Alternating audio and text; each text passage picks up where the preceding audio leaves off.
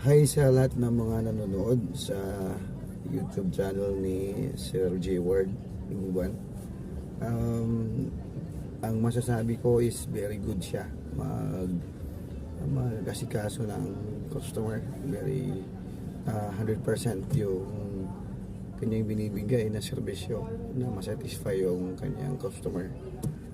Okay ang sasakyan, okay yung kanyang pag-accommodate sa amin since pag-umpisa.